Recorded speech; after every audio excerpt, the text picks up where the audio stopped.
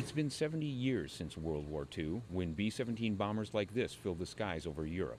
Young men and women from all across America joined the Army Air Force, climbed into these planes, and flew off to do a terrifying job: liberate Europe. On Memorial Day, I was given the chance to live out a boyhood dream and go for a ride on the Liberty Belle. I plan on taking you along, but first... Hi there, come on in. Meet Ron Goss, a Liberty Belle pilot.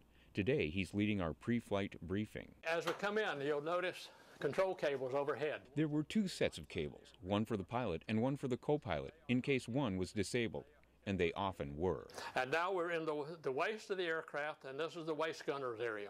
This is a 50 caliber Browning machine gun, fires at a rate of about 650 rounds per minute. These 50 caliber bullets are a half-inch in diameter. Then as you turn to look toward the front of the aircraft, you'll notice the ball turret. The ball turret was a tiny sphere bristling with more guns and designed to prevent an attack from below. We are now in the radio operator's room.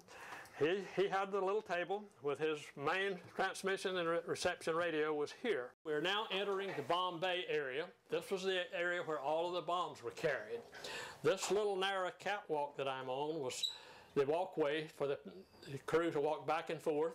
And also, if a bomb hung up and didn't drop, then the radio operator would come and stand on this and take his foot and kick the bomb loose. And of course, here we are into the cockpit. Pilot's seat on the left, co-pilot's seat on the right, where I am sitting.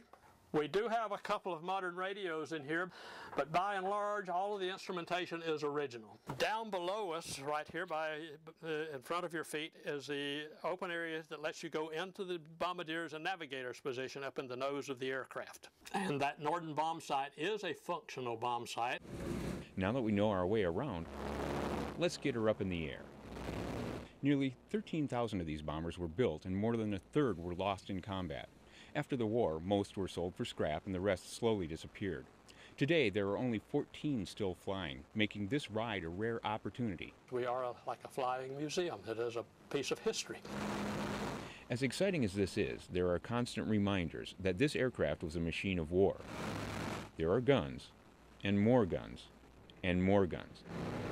But today, those guns are silent, and now this plane is a valuable piece of history and a reminder of why we have Memorial Day. To honor those men for the sacrifices they made and to help to perpetuate their memory.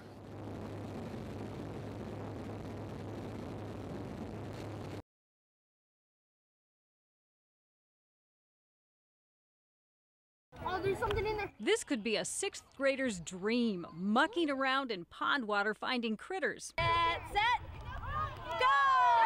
How about running relay races outside? We're taking straws and putting it into a container of water and trying to keep it in there. And it's basically